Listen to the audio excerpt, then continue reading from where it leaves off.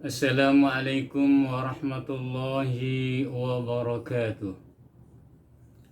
Alhamdulillahilladzi anzala ala abdihil kitaba wa lam yaj'al lahu iwaja.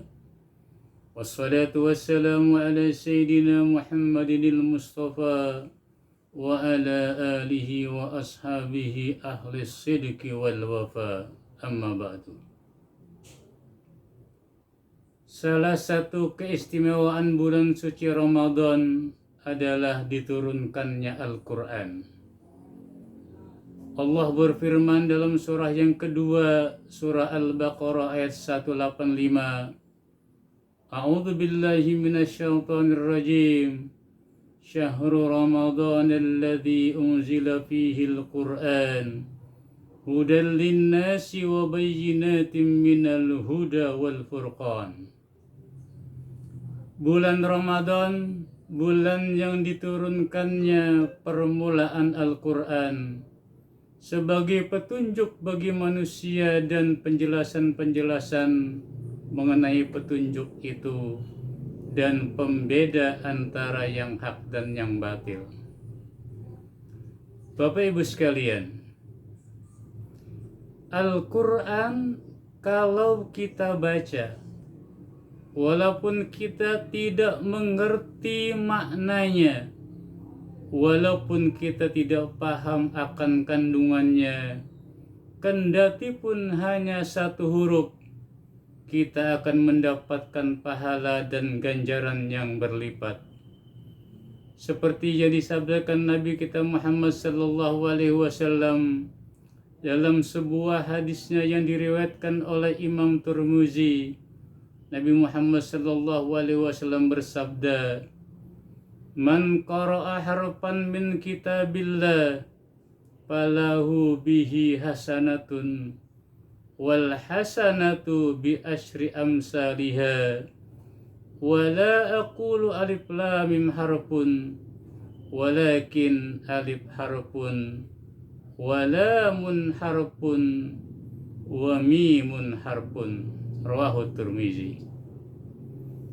Siapa yang membaca satu huruf dari kitabullah, siapa yang membaca satu huruf dari Al-Quran, maka dia akan mendapat satu pahala kebaikan, dan satu kebaikan itu berlipat jadi 10 kebaikan yang serupa. Aku tidak mengatakan alif lam mim itu satu huruf, tapi alif itu satu huruf, lam itu satu huruf, mim itu juga satu huruf. Begitulah kebaikan dan kemurahan Allah Subhanahu wa ta'ala terhadap siapa saja yang membaca Al-Quran. Sungguh luar biasa. Apalagi ini di dalam bulan suci Ramadan. Karenanya jangan sia-siakan kesempatan baik ini untuk selalu membaca Al-Quran. Nah, sekarang bagaimana caranya supaya kita bisa membaca Al-Quran dengan baik dan benar? Pertama adalah kita harus belajar qiraah atau membaca atau melafalkan. Karena dalam bahasa Arab itu ada yang namanya makharijul huruf, tempat keluarnya huruf. Kita mulai belajar dari huruf hijaiyah. Ada a, ba, ta, sa, dan seterusnya. A berbeda dengan a. A itu artinya ada di kerongkongan sini. A. Ada juga namanya ha. Ha, ha. Beda ha dengan ha. Ha ada di dada sini. Kemudian juga ada zal dengan za dan seterusnya huruf hijaiyah. Jangan sampai kita membaca Al-Quran ijaza'an nasrullah atau ijazul zilatil ardu ziljalah. Bukan. Za ada huruf makhrajnya. Za beda dengan za. Idza zulzilatil ardu zilzalaha. Ini harus kita kuasai dengan sempurna, cara melafalkannya, cara penyebutannya, karena beda huruf, beda lafalnya. Beda lafalnya juga beda artinya. Contoh yang paling gampang. Kita ada kata-kata ain. Ain dengan a, alif, hamzah. Dalam surah yang pertama, surah Al-Fatihah, Alhamdulillahi Rabbil Alamin. Pakai ain, alamin. Segala puji bagi Allah, Tuhan semesta alam. Alamin. Semesta alam. Tapi kalau kita dibaca pakai alif, alamin, itu bukan alam artinya. Alamin itu artinya penyakit. Begitu pentingnya makharijul huruf dalam kita membaca Al-Quran. Kedua, saya kasih contoh antara sin sama shim. Shim. Shim. Kayak kita menggesu ayam. Shin. Ada sin, ada shim. Dalam surah Al-Ahzab, Allah berfirman, wa qulu qawlan sadida. Sadida, sin kecil. Tapi kalau kita baca syadida, shim besar, artinya itu berbeda. Wa qulu qawlan sadida, dan ucapkanlah dengan perkataan yang benar. Tapi kalau dengan kata syadida pakai shim besar, itu artinya berbeda. Ucapannya adalah ucapan yang keras. Jadi di situ letak pentingnya kita belajar makharijul huruf. Contoh yang ketiga adalah perbedaan antara makharijul huruf kaf dengan qaf. Dalam surah Al-Ikhlas, Qul huwallahu ahad, pakai qaf. Qul huwallahu ahad. Katakanlah bahwa Allah itu esa. Tapi kalau kita gunakan dengan pakai kata kaf, huruf kaf, qul huwallahu ahad, bukan katakanlah. Qul itu artinya makanlah. Dari kata-kata akala, fi'il amrnya adalah qul.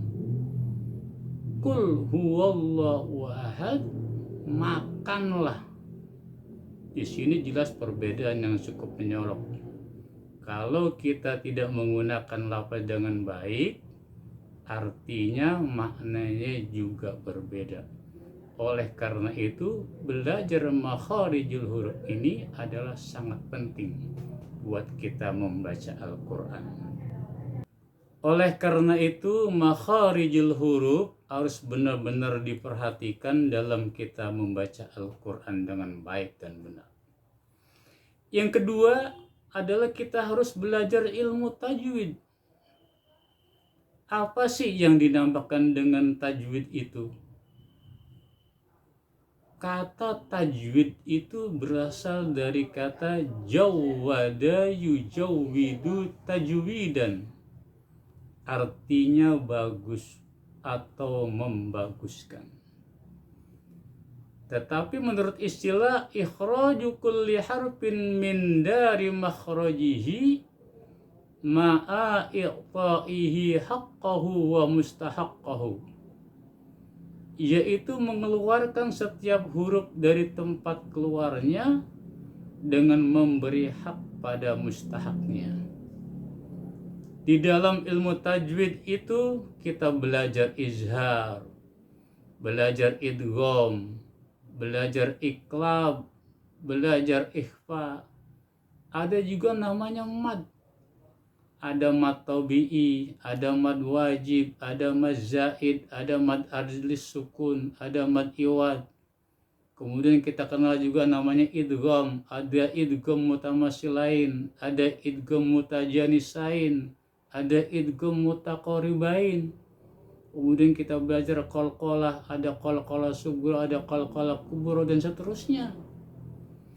Kalau ini kita kuasai bacaan Al-Quran kita, insya Allah baik dan benar sesuai dengan tuntutan yang ada. Dan kita akan menjadi umat yang disabdakan Nabi kita Muhammad SAW, Iqra'ul Quran fa innahu ya'ti yawmal qiyamati syafi'an li ashabihi. Rawahu Muslim. Bacalah Al-Quran, sesungguhnya Al-Quran itu akan menjadi syafaat bagi orang yang membacanya. Hadis riwayat Imam Muslim. Bapak Ibu sekalian, barangkali jelas ya tentang makharijul huruf supaya kita bisa membaca Al-Quran dengan baik dan benar. Sebelum diakhiri, ada pertanyaan dari jamaah. Pertanyaannya adalah, Assalamualaikum warahmatullahi wabarakatuh. Waalaikumsalam warahmatullahi wabarakatuh. Semoga Ustaz selalu sehat walafiat. Amin ya rabbal alamin. Ustaz, saya mau bertanya. Ya, Al-Quran itu diturunkan pertama kali ketika Nabi sedang berada di Gua Hira. Ya, betul. Surahnya adalah Iqra, bukan Iqra. Surah namanya surah Al-Alaq. Surah Al-Alaq itu surah yang ke-96, ayatnya ada 19. Kok di Al-Quran itu surah yang pertama Alhamdu, bukannya Iqra? Ya, bukan Alhamdu surahnya. Alhamdu itu adalah surahnya adalah surah Al-Fatihah, surah yang pertama.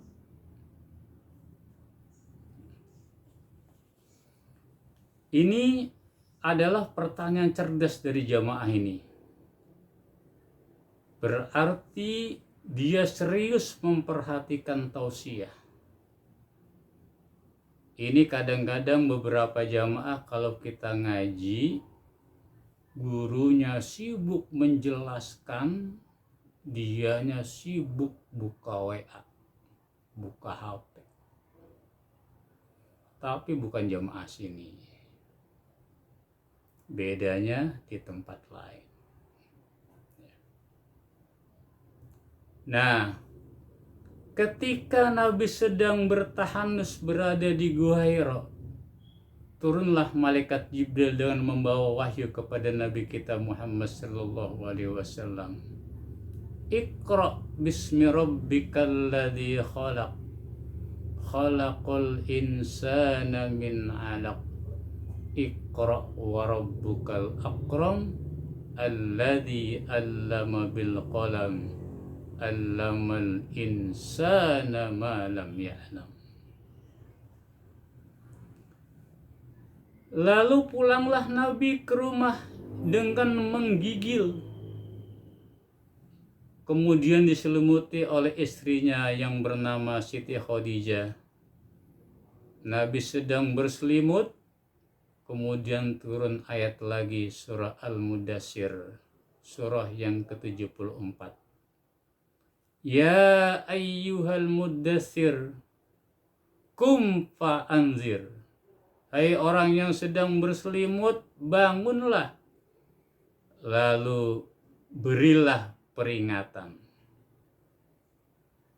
Kalau kita lihat urutannya, Pertama turun surah Al-Alaq. Iqra bismi rabbikal ladzi khalaq.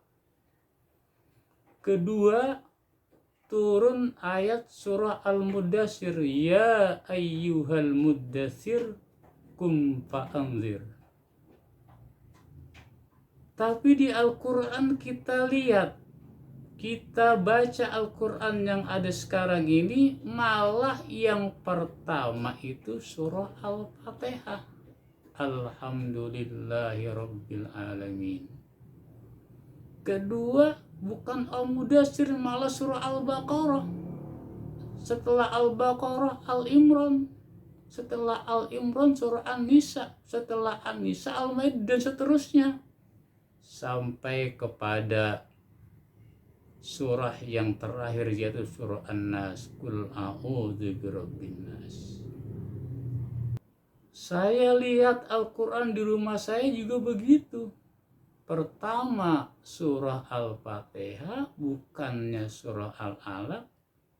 Kedua adalah surah Al-Baqarah, bukan surah Al-Mudaththir.